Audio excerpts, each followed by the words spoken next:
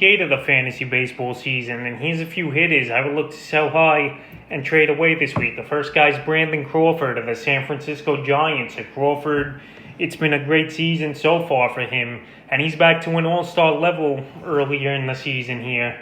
On the season, 11 home runs, 32 RBIs, a .261 batting average, .333 on-base percentage, and 26 runs scored. So Crawford, he's definitely showing the power, and he's getting things going for this Giant team. And he was a player that many fantasy owners obviously didn't draft coming into the season. And he's been a hot waiver wire pickup over the last month here as Crawford. And the last couple weeks, the numbers, they've been even better. 4 home runs, 14 RBIs, 10 runs scored, a .325 batting average, and a .386 on-base percentage. So Crawford, he's driving the ball, he's producing, and he's already got more home runs this season than he did last. And right now, I just don't think it's going to continue with the big power numbers for Crawford. And I know shortstop's a tough position to fill this season in fantasy baseball, but right now I think I could sell Crawford high and get a good starting pitcher with even 2 decent hitters for him in a deal. So the last few games for Crawford: May 20th in Cincinnati, 3 for 6, 1 homer, 6 RBIs, 3 runs scored. May 21st at the Dodgers, 0 for 3. May 22nd at the Dodgers, 1 for 4 with a run. May 23rd versus the Dodgers, 1 for 3. And then last night at Arizona, 2 for 5 with 3 RBIs. So Crawford, he's been hitting the baseball pretty well over the last 5 or 6 games. But I don't think things are going to continue at this rate for him. And last season, just going off those numbers,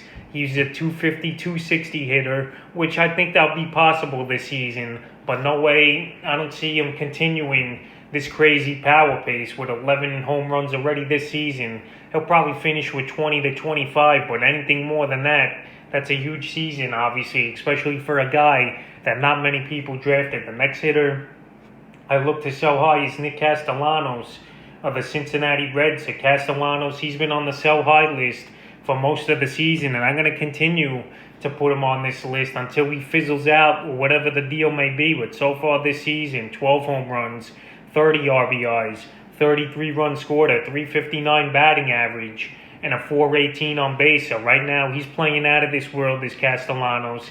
And the only thing I think is going to keep up for him is obviously the home run power. This guy has legit 25 to 35 home run power, and especially playing in Cincinnati where that ball carries and it's a bandbox over there. Those numbers will continue, but the .360 batting average, I don't think continues at all, especially last season. We saw him hit .225 is Castellanos. So right now, he's a man, white hot, red hot, whatever you want to call it.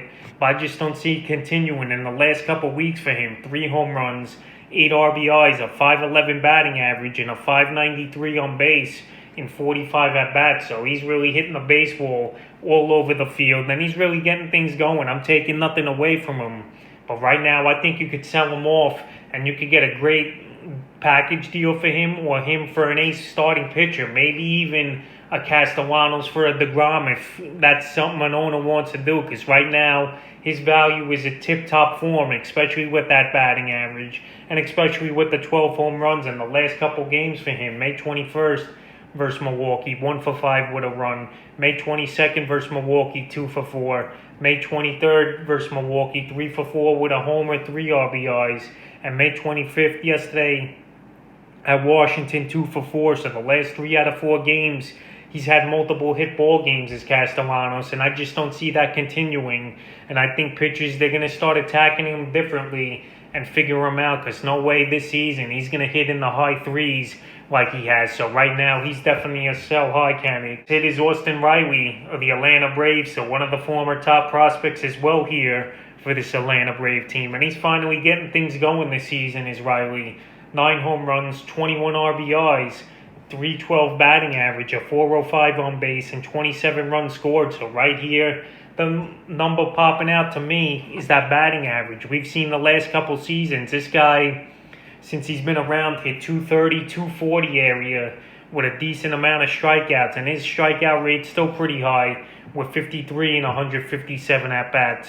But right now, he's driving the ball to all fields, and he's got a great batting average. In the last 2 weeks, he's definitely been on a tear, where he's got most of his stats right there with 6 home runs, 13 RBIs, a 370 batting average, and a 434 on base. So right here, Riley, he was a free agent in a lot of fantasy leagues 3-4 weeks ago, and even this week, his ownages went up 15% to be owned now in 84% of fantasy leagues. But I know the power is going to be legit, but I don't think the batting average is going to be legit here for Riley. And right now, he's definitely a sell-high candidate, in my opinion. The last few games for him, May 20th versus Pittsburgh, 1 for 4 with a run. May 21st versus Pittsburgh, 3 for 4 with 2 homers and 3 RBIs. May 22nd versus Pittsburgh, 2 for 4 with an RBI. And May 23rd versus Pittsburgh, 2 for 4 with 2 homers, 5 RBIs. And then last night in Boston, 0 for 4. So Riley, he really took advantage in a 4-game set versus a very weak Pittsburgh Pirate team where he hit 4 home runs and had 9 RBIs in that series. And right there, that's most of his stats on the season. That's what's been bumping him up, but we'll see now the rest of the week how he performs with one more game in Boston and then opening up a 3-game set this weekend at the New York Mets, whose pitching is pretty solid this season. So right here, Riley, I think it was more him taking advantage of a poor Pirate pitching staff. And here, he's definitely a sell-high candidate because I just don't see him continuing this high 300 batting average. Next hitter is Max Muncy of the Los Angeles Dodgers. So Muncy, he's been a fantasy player the last few seasons and definitely been a big fantasy player at that. But this season, he's playing over his head, in my opinion. So far, 10 home runs, 25 RBIs, 34 runs scored, a 286 batting average, and a whopping 459 on base. But last season, the power was legit for Muncy. I'll give him that. But the batting average definitely isn't going to stay at that, or the on base at 459. So right here, last season, 192 he batted on the season. And Muncy, he's usually a low 200 hitter to mid 200s. And I think when it's all said and done, that's where he's going to fall in line, are his stats this season. But the last couple weeks, he's been on a crazy tear.